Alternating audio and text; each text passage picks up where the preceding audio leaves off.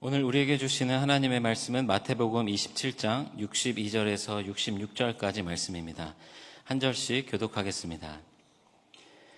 그 이튿날은 준비일 다음 날이라. 대제사장들과 바리새인들이 함께 빌라도에게 모여 이르되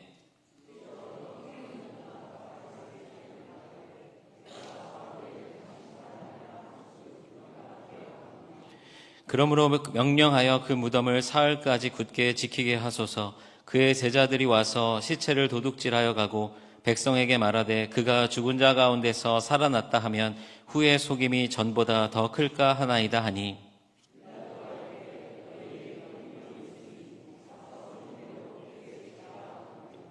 그들이 경비병과 함께 가서 돌을 임봉하고 무덤을 굳게 지키니라. 아멘. 여러분, 오늘 말씀은 어떤 말씀이냐면 예수님께서 이제 십자가에 달려 죽으시고 무덤에 머물러 계실 때에 예수님의 부활을 방해하고자 했던 그런 이들의 이야기가 오늘 나오고 있습니다.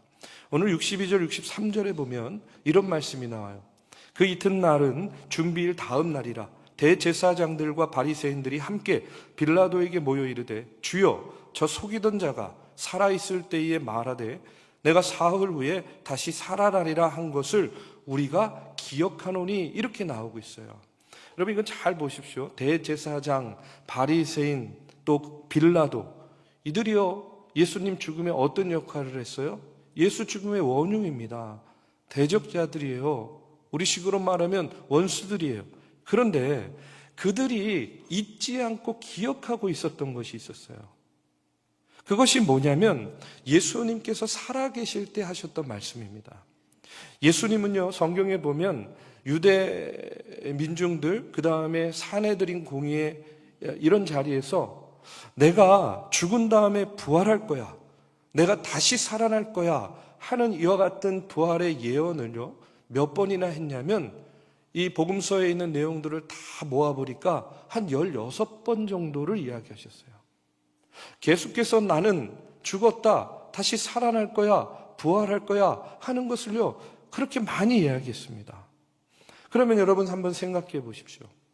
이 부활의 예언을 예수님 곁에서 가장 많이 들은 사람들이 누구겠습니까? 제자들이죠. 제자들이 가장 많이 들었을 거예요. 그런데 예수님 죽음 이후에 제자들은요 정작 그 말을 다 잊어버렸어요. 다 잊어버렸습니다. 생각하지 못했어요. 그런데 누가 기억하고 있어요? 오히려? 아니, 대제사장, 바리새인, 빌라도, 예수를 죽이려고 했던 대적들은요 그것을 기억하고 있는 거예요. 예수님 옆에서 가장 많이 들었던 제자들은 다 잊어버리고 뿔뿔이 흩어지고 도망했는데 누구는 기억하고 있더라? 대적자들은 기억하고 있었다는 거예요. 여러분, 원래 그래요. 따르던 사람들은요 잘 기억을 못합니다.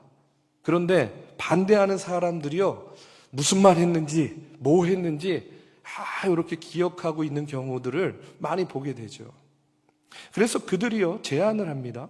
64절에 보니까 그러므로 명령하여 그 무덤을 사흘까지 굳게 지키게 하소서. 그의 제자들이 와서 시체를 도둑질하여 가고 백성에게 말하되 그가 죽은 자 가운데서 살아났다 하면 후에 속임이 전보다 클까 하나이다. 이게 무슨 얘기냐면 시체를 훔쳐갈지도 몰라. 시체를 훔쳐갈지도 모르니까 단단히 잘 지켜야 된다는 그런 이야기예요. 그러니까 빌라도가 명령을 합니다. 빌라도가 이르되 너희에게 경비병이 있으니 가서 힘대로 굳게 지키라 하거늘 그들이 경비병과 함께 가서 돌을 임봉하고 무덤을 굳게 지키니라, 이렇게 나와요. 빌라도가 예수님의 무덤을 굳게 지키라 이렇게 명령하니까 우리식으로 말하면요 이거예요. 2중 3중 장치를 다 한 거예요. 개미 새끼 한 마리 들락날락 못하게 첫 번째는 어떻게 했다고요? 돌로 막았습니다. 두 번째는요 임봉을 했대요. 그리고 세 번째는요 로마의 경비병이 지키게 했다는 거예요. 여러분, 이게 얼마나 철저히 막은 거냐면 이 큰 돌로 막았는데 이 돌이요 어느 정도 무게냐면 2톤 정도 되는 무게랍니다. 2톤. 감이 안 오죠. 예. 2톤이 어느 정도인가.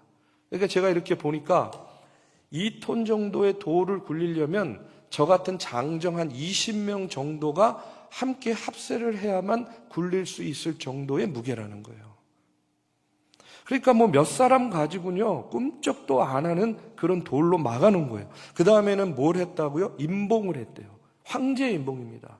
여러분, 이 황제의 임봉은 훼손하거나 떼면요, 바로 죽임을 당하는 거예요. 그 다음에 세 번째는 누가 지킨다고요? 로마의 경비병들이 지킨다는 거예요. 당시에 로마의 경비병, 로마의 군인은요, 완전히 사기가 엄청 충천할 때였어요. 그 다음에 이 로마의 경비병들은요, 군기가요, 엄청 셌다고 합니다. 그래서, 어떤 책을 읽어보니까 이런 얘기가 나와요. 만약에 이렇게 경비를 쓰다가 졸잖아요? 졸면 어떻게 되느냐? 화형을 시켰다는 거예요. 졸면 어떻게 된다고요? 잘 들으세요. 졸면, 예, 화형을 시켰답니다. 이 정도 얘기했는데도 아직도 눈을, 예, 로마의 경비병들이 보초를 쓰다가 졸면 화형을 시키는데 그냥 화형시킨 것도 아니래요. 먼저 데려다가 옷을 벗겨가지고요, 그 옷을 먼저 태운다는 거예요. 자기가 입고 있던 군복이 타는 걸 보는 거예요. 이유가 뭐겠어요? 너가 이 로마의 명예를 훼손시켰다, 실추시켰다, 이걸 보여주는 거예요. 그 다음에 발가벗긴 상태로 화형을 시켰대요. 여러분, 졸 수 있습니까? 감히 졸겠어요? 그러니까 이게 무슨 얘기냐면 이런 거예요. 시체를 훔쳐갈까봐 2중, 3중 이렇게 장치를 해놓은 거예요. 장정 20명 정도는 달라붙어야 움직일 수 있는 돌로 막았고, 황제의 임봉, 누구도 손을 못 대게 황제의 임봉을 쳐놨고, 그 다음에 군기 바짝 든 로마의 경비병들이 그 무덤을 지켰다는 거예요. 어떻게 시체를 훔쳐갈 수 있겠습니까?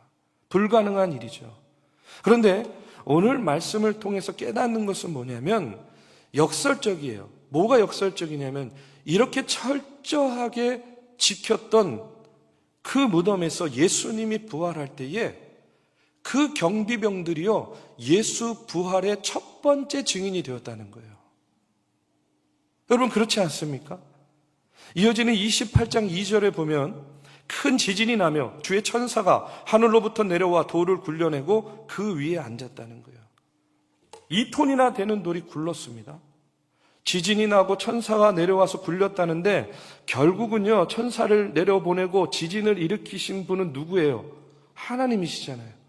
그러니까 그 돌을 누가 굴린 거예요? 하나님께서 굴려서 열어주신 거예요. 돌이 굴렀으니까 황제의 임봉은 떨어졌을 것이고, 그 다음에는 누가 남았어요? 그곳을 지키고 있던 로마 군병이 남았던 거예요. 4절에 보면 지키던 자들이 그를 무서워하여 떨며 죽은 사람과 같이 되었다는 거예요. 로마 군병들은요, 다 본 거예요. 그 어마어마한 돌이 열리고 예수님이 부활하는 그 과정을요, 그들은요, 졸지에 다 보게 된 겁니다. 그리고 부활의 증인이 된 거예요. 만약에 로마 군병들이 없었다고 한다면 여러분, 이 어마어마한 돌을 굴리는 것을 누구도 못 봤을 거 아니에요. 그러면 또 뭐 여러 가지 억측들, 이야기들, 막 별의별 이야기들이 다 나왔을 거 아니에요.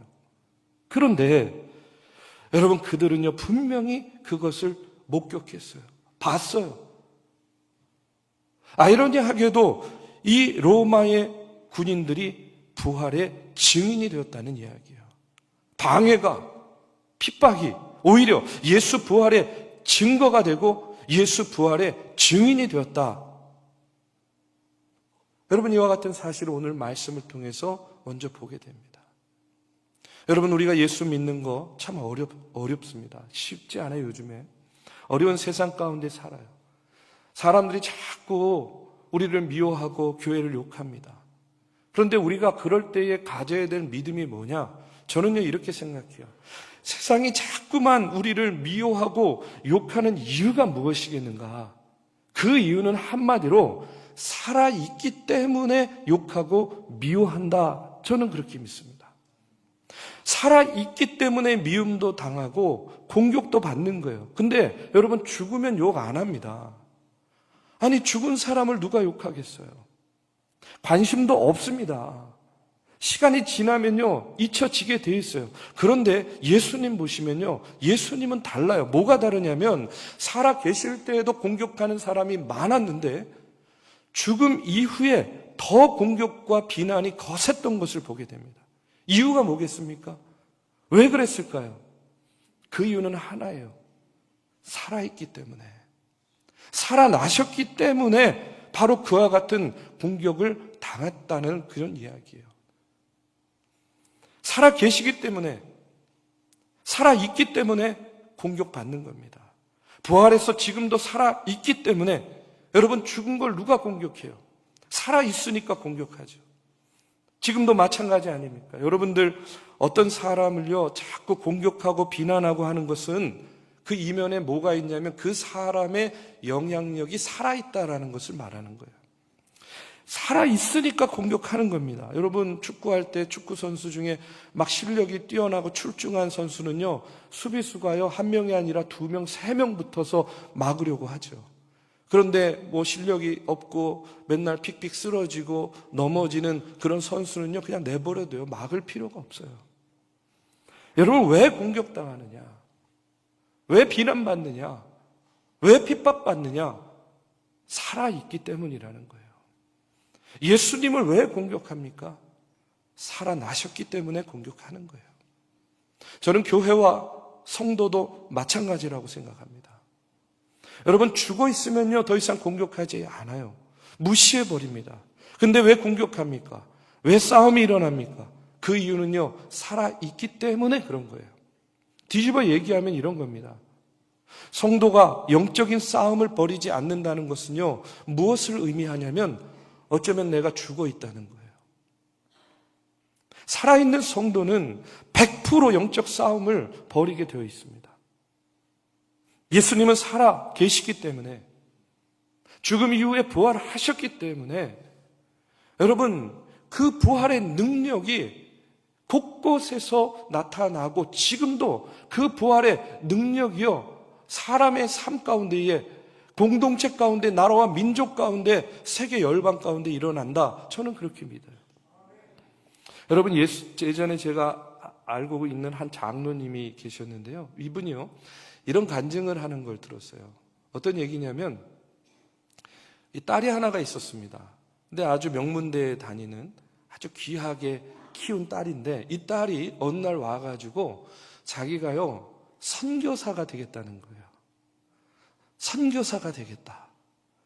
그러니까 이 장로님이 아무리 자신이 장로이지만, 그렇게 귀하게 키운 딸이 느닷없이 하나님께 부름을 받았다, 소명받았다, 선교사가 되겠다 하니까 도저히 찬성할 수가 없더라는 거예요. 그래서 반대했대요. 안 된다. 왜 굳이 선교사가 되려고 하느냐. 다른 거 하면 안 되겠느냐. 다른 거 해도 하나님께 헌신하고 봉사할 수 있는 일이 얼마나 많은데 왜 굳이 선교사가 되려고 해.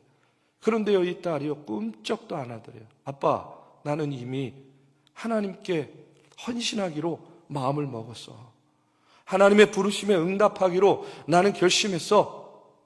그러니까 이 장로님이요, 기도하는데 이렇게 기도했대요. 하나님, 왜 내 딸을 뺏어가세요? 하나님, 왜 나에게서 내 딸을 뺏어가시는 거예요? 이렇게 기도를 하는데 그 기도 가운데 어느 순간 딱 깨달아지는 게 있더라는 거예요. 뭐냐면, 이래서 정말로 하나님이 살아계시는구나. 그 하나님이 살아계시니까 정말로 살아있는 존재가 아니면 내 딸의 마음을 어떻게 이렇게 흔들고 내 딸의 마음이 어떻게 이렇게 하나님께로 고정될 수 있었을까? 그래가지고요, 왜 내 딸을 뺏어가세요? 하고 하던 기도가요, 바뀌었다는 거예요. 하나님, 기왕 내게서 뺏어갔으니까 하나님께 충성하기로 맹세했으니까 내 딸을 지금부터 끝까지 보호해 주시고 인도해 주시고 하나님께 쓰임받는 그런 자녀로 삼아주세요 하고 이렇게 기도했다는 거예요. 여러분, 예수님 살아계십니다. 하나님 살아계십니다. 그 살아계신 하나님께서 지금도 그 부활의 능력으로 우리가 생각하지 못한 크고 놀라운 역사를 우리들의 삶 가운데에서, 우리의 공동체 가운데에서, 이 나라와 이 민족 가운데에서 이루고 계시는 줄로 믿습니다. 여러분, 우리도 공격당해요. 우리도 핍박당합니다. 이유가 뭐라고요? 살아있으니까. 살아있으니까. 요한복음 15장 18절에 보면 세상이 너를 미워하면 너희보다 먼저 나를 미워한 줄 알라 말씀하셨습니다. 이어지는 20절에 보면 내가 너희에게 종이 주인보다 더 크지 못한다 한 말을 기억하라. 사람들이 나를 박해하였은즉 너희도 박해할 것이요 내 말을 지켰은즉 너희 말도 지킬 것이라. 그러니까 예수님 박해했듯이요 우리도 박해한다는 거예요. 왜요? 이유가 뭐라고요? 살아있으니까. 그래서 나는 신앙생활 하는데, 믿음 생활 하는데, 목사님 저는요 뭐 별로 어려움도 없고 박해도 없고 반대도 없고 갈등도 없어요. 그냥 뭐 믿는 건지 아닌 건지 잘 모르게 그냥 살아갑니다. 그러면 돌아보셔야 돼요. 혹시 내가 죽어 있는 것은 아닌가? 살아있는 신앙이라면 절대로 그럴 수 없다는 거예요. 우리 사랑하는 믿음의 성도 여러분, 그렇기 때문에 우리가 이 땅을 살아가면서 세상의 공격, 세상의 비난, 세상의 미움, 이런 것들을 당할 때에 원망하지 말고 어떻게 우리가 믿으면 돼요? 아, 내가 살아있구나. 살아있기 때문에 이런 일들을 당하는구나. 여러분, 이렇게 믿으시고 예수 그리스도의 부활의 능력으로 능히 이길 수 있는 믿음의 자녀들 되시기를 주님의 이름으로 축복합니다. 마지막으로 하나만 더 말씀드리면요, 부활의 능력은 사람을 변화시킵니다. 부활의 능력은 사람을 변화시켜요. 제자들을 보면 알 수 있어요. 여러분, 예수님의 제자들 보면 예수님의 죽음 이후에 이 제자들이 다 어떤 모습이었어요? 부인한 사람도 있고 절망하고 좌절하고 도망간 사람도 있고 다 뿔뿔이 흩어졌습니다. 그런데 그들이요 변화되었어요. 언제 변화되었느냐? 부활하신 예수님을 만나고 변화됩니다. 그런데 그 변화의 특징이 뭐가 있냐면요, 그들이 담대해졌다는 거예요. 변화됐는데 어떻게 변화됐느냐? 담대해졌어요. 그래서 사도행전 4장 13절에 보면요, 이런 말씀이 나옵니다. 그들이 베드로와 요한이 담대하게 말함을 보고 그들을 본래 학문 없는 범인으로 알았다가 이상히 여겼다라고 이야기합니다. 아니, 겁쟁이 제자들이, 무식하고 평범해 보였던 제자들이 달라진 거예요. 어떻게 달라졌습니까? 담대해진 거예요. 그 담대하게 말하는 것을 보고 사람들이 놀랐습니다. 그 다음 29절에 보니까 주여 이제도 그들의 위험함을 굽어보시고 또 종들로 하여금 담대히 하나님의 말씀을 전하게 하여 주시옵소서. 담대해졌어요. 이 담대함이 도대체 어디서 나온 것이냐? 부활하신 주님을 만났기 때문에 그런 거예요.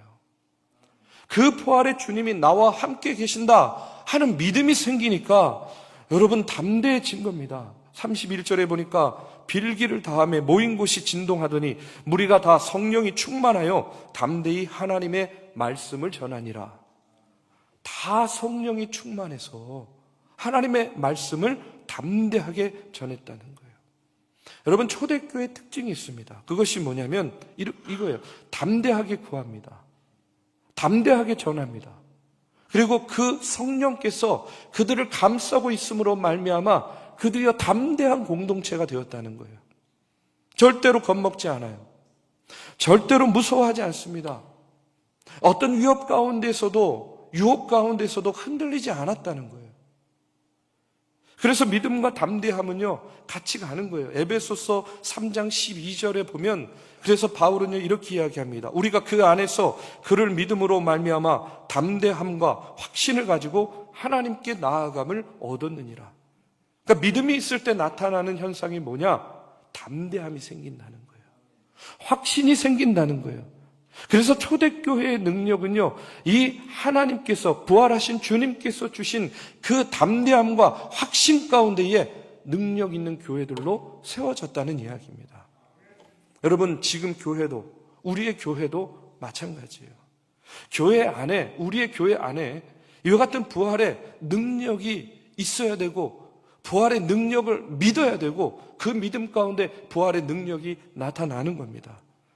그래서 부활의 능력이 나타나면 어떻게 된다고요? 사람이 변하는 거예요. 사람이 변합니다. 그래서 부활의 능력이 나타나면 교회가 변하고 사람이 변하는 거예요. 그러면 그 변화가 어디에서부터 오느냐? 여러분, 누가 변해야 되겠습니까? 여러분, 사람이 변하는데 어떤 사람이 변해야 되겠어요? 내가 먼저 변해야죠. 내가 먼저 달라져야죠. 그래서 교회로 향하는 발걸음에 힘이 생기고 하나님께 시간과 물질을 들여서 헌신하는 것이 우선순위가 되고 예배 시간에 감았던 눈이 떠지면서 말씀이 귀에 쏙쏙 들어오기도 하고, 이 말은 아무개 권사가 들어야 되는데 오늘 하필이면 그 권사가 안 나왔네, 이런 생각들 내려놓고 이 말씀은 오늘 나에게 주시는 말씀이구나, 오늘 나에게 주시는 말씀이구나, 내가 이 말씀 붙잡고 살아야 되겠구나, 내 차갑고 냉랭하고 식어졌던 그 마음이 뜨거워지고 담대해지고 변화되는 것, 여러분, 그것이요 예수 그리스도의 부활의 능력이 나타나는 교회요 사람이라고 저는 믿습니다. 누가 변화되어야 됩니까? 내가 먼저 변화되어야 되는 거예요. 예수님이 나와 함께 하시는구나, 예수님이 나를 변화시키는구나, 살아계신 주님이 나와 함께 계신다는 것이 믿어지고 예수님이 우리와 함께 계시는구나 하는 것이 느껴지는 곳, 그것이 교회고 그것이 바로 성도의 모습인 줄로 믿습니다. 말씀을 마칩니다. 예수님의 부활은요, 죽음의 세력들의 방해 가운데 일어났습니다. 그런데 그것이 오히려 부활의 증거가 되고 증인이 되었습니다. 부활의 능력으로 살아가는 우리, 그렇기 때문에 우리 인생의 방해를 두려워하지 마시기 바랍니다. 왜냐하면 하나님은요 그 방해조차도 사용하셔서 우리를 세워주시고 승리있게 해 주실 줄로 믿습니다. 여러분을 미워하고 공격하는 이유가 뭐라고요? 살아있기 때문에. 살아있으면요 항상 공격받습니다. 그런데 중요한 건 뭐냐면 반드시 승리합니다. 부활의 능력으로. 부활의 예수가 함께하면요 변화가 있습니다. 누가 먼저 변화됩니까? 내가 먼저 변화돼요. 그리고 그 변화의 중심에는요 담대함이 생기고 용기가 생기는 거예요. 내가 먼저 변화되고 부활의 능력으로 세상을 변화시키고 교회를 변화시키고 여러분 가정과 일터를 새롭게 하는 그런 주의 성도들 되시기를 이 시간 주님의 이름으로 축복합니다.